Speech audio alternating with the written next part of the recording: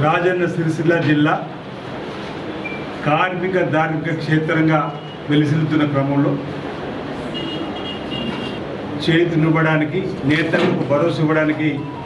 గౌరవ ముఖ్యమంత్రి రేవంత్ రెడ్డి గారు, జిల్లాకు సంబంధించిన గౌరవ మంత్రులు శ్రీధర్ బాబు గారు, పొన్నం ప్రభాకర్ గారు తగు ఏర్పాట్లు సందర్భాన్ని బట్టి చేస్తూ గత ప్రభుత్వము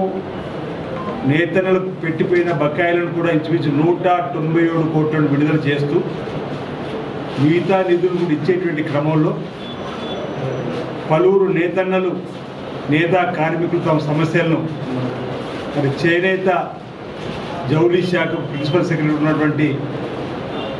మేడం శ్రీమతి శైలజ అయ్యర్ గారి ద్వారా ఈ ప్రభుత్వానికి దృష్టికి తీసుకుని పోవడం, మేము కూడా ముఖ్యమంత్రి దృష్టికి తీసుకుని పోయే సందర్భంలో వారి సమస్యల పరిష్కారం కోసం కూడా ప్రయత్నం చేస్తూ ఇటీవల గౌరవ ముఖ్యమంత్రి గారు కూడా మహిళా సంఘాలకు చీరలు ఇచ్చేటువంటి కార్యక్రమం, ఓవైపు మహిళా సాధికారత, మహిళలను గౌరవించుకోవడంతో పాటు నేతన్నలకు కూడా పని కల్పించాలని చెప్పని ఆ చీరల డిజైన్ కూడా పూర్తవుతున్న సందర్భంలో, అదేవిధంగా దేవాదాయ శాఖ కూడా ప్రిన్సిపల్ సెక్రటరీ ఉన్నటువంటి మేడం గారు ఈరోజు 2 అంశాలతో విషయంలో రివ్యూ జరిపిన క్రమంలో మేడం గారి దృష్టికి కార్మికులు కూడా తీసుకుని వస్తారు. వారి యొక్క ఆలోచనను ప్రభుత్వం దృష్టికి తీసుకొని పోవడం. గతంలో కూడా రాజశేఖర్ గారు ముఖ్యమంత్రి ఉన్నప్పుడు సుమారు 13,000 మందికి అంత్యోదయ కార్డులు ఇవ్వడంతో పాటు 10 HP వరకు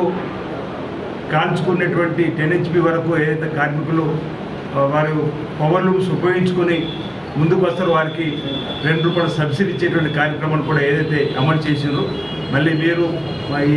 చేయూతనివ్వాలి, భరోసానివ్వాలని చెప్పినటువంటి కార్యక్రమం ప్రధాన యారన్ బ్యాంకు మాకు కావాలని చెప్పని వారు చెప్తా ఉన్నారు. దాన్ని కూడా తప్పనిసరిగా ప్రభుత్వం దృష్టికి తీసుకొని పోతామన్నమాట ఈరోజు ఇస్తూ ప్రభుత్వం ద్వారా గౌరవ ముఖ్యమంత్రి రేవంత్ రెడ్డి గారు, మా జిల్లా మంత్రులు కూడా చేనేత రంగాన్ని మరింత ప్రోత్సహించాలి, చేనేత పవర్లూమ్ సంబంధించినటువంటి కార్మికులు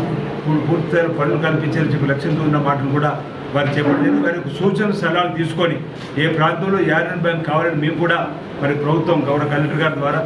గౌరవ ప్రిన్సిపల్ సెక్రటరీ గారి ద్వారా, మా ద్వారా ముఖ్యమంత్రి గారి దృష్టికి తీసుకొని పోతామన్న మాటలు కూడా చెప్పడం జరిగింది. ఈ ప్రాంతానికి వచ్చినట్టయితే ఈ ప్రాంతంలో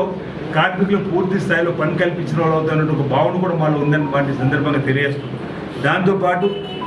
దేవాదాయ శాఖ ప్రిన్సిపల్ సెక్రటరీ గారు ఉన్నారు, వీటీడీ వైస్ చైర్మన్ గారు కలెక్టర్ గారు ఉన్నారు. కాబట్టి ఇటీవలే రాష్ట్ర ప్రభుత్వం ద్వారా మంజూరు కాబట్టినటువంటి 50 కోట్ల రూపాయలను, అదేవిధంగా శృంగేరి పీఠానికి వెళ్ళి వారు అనుమతి తీసుకొని వచ్చే క్రమంలో శుభమని చెప్పి వారు ముందుకు వెళ్ళమన్నటువంటి సందర్భాన్ని కూడా పురస్కరిస్తూ ఇక్కడ ఉన్నటువంటి మరి ఉన్నత అధికారులతో, అదేవిధంగా బ్రాహ్మణులతో చేత ఆర్కిటెక్ట్ విభాగం సంబంధించిన వారితో కూడా చర్చలు జరిపి ముందుగా ఆలయ విస్తీర్ణ ఏ విధంగా మరి జరపాలని చెప్పేందుకు ఒక చర్చను తీసుకొని రావడం జరిగింది. అంటే గౌరవ ముఖ్యమంత్రి రేవంత్ రెడ్డి గారు ఆధ్వర్యంలో గౌరవ దేవాదాయ శాఖ మంత్రి కొండ సురేఖ గారు, అదేవిధంగా జిల్లాకు సంబంధించిన మంత్రులు పెద్దలు శ్రీధర్ బాబు గారు, పెద్దలు పొన్నం ప్రభాకర్ గారు, అదేవిధంగా తుమ్మల నాగేశ్వర గారు చేనేత